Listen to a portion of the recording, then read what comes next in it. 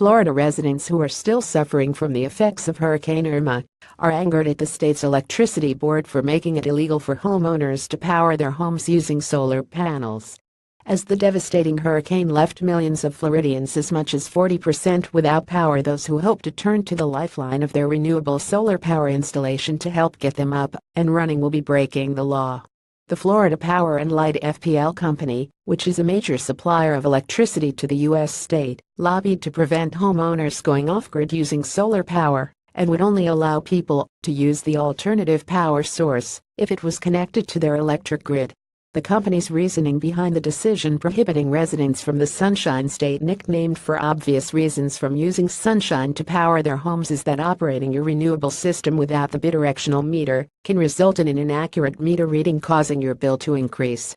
Further outrage and bewilderment came in the aftermath of Hurricane Irma, as the FPL's rules state that should its own system go down, any connected solar setups must be shut down too, meaning homeowners could not tap into the alternative power source they desperately needed despite it being right in front of them. In an article by the Miami New Times, the company's protocol states renewable generator systems are not a standby power source during an outage, and that the system must shut down when FPL's grid shuts down in order to prevent dangerous backfeed on FPL's grid.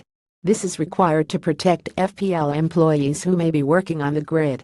FPL insists that solar customers install a switch on their systems to cleanly cut them off during an emergency, and they cannot turn it back on. The power company also has the power to disconnect homeowners' panels from the grid and lock them out from receiving any electricity without warning them.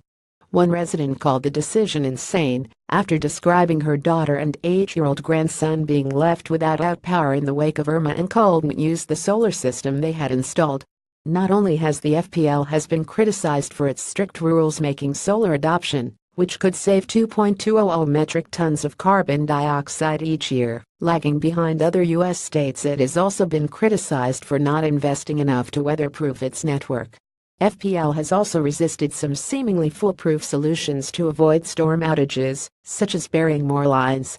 In a city that names its sports teams for hurricanes, a huge portion of FPL's power lines still sit above ground and get blown apart even in tropical storm conditions, reported the Miami New Times. With many in Florida still without power, the plight of the victims from Hurricane Irma may help shine light on the state's solar laws in the hope they may be revised before another deadly storm affects powerless residents again.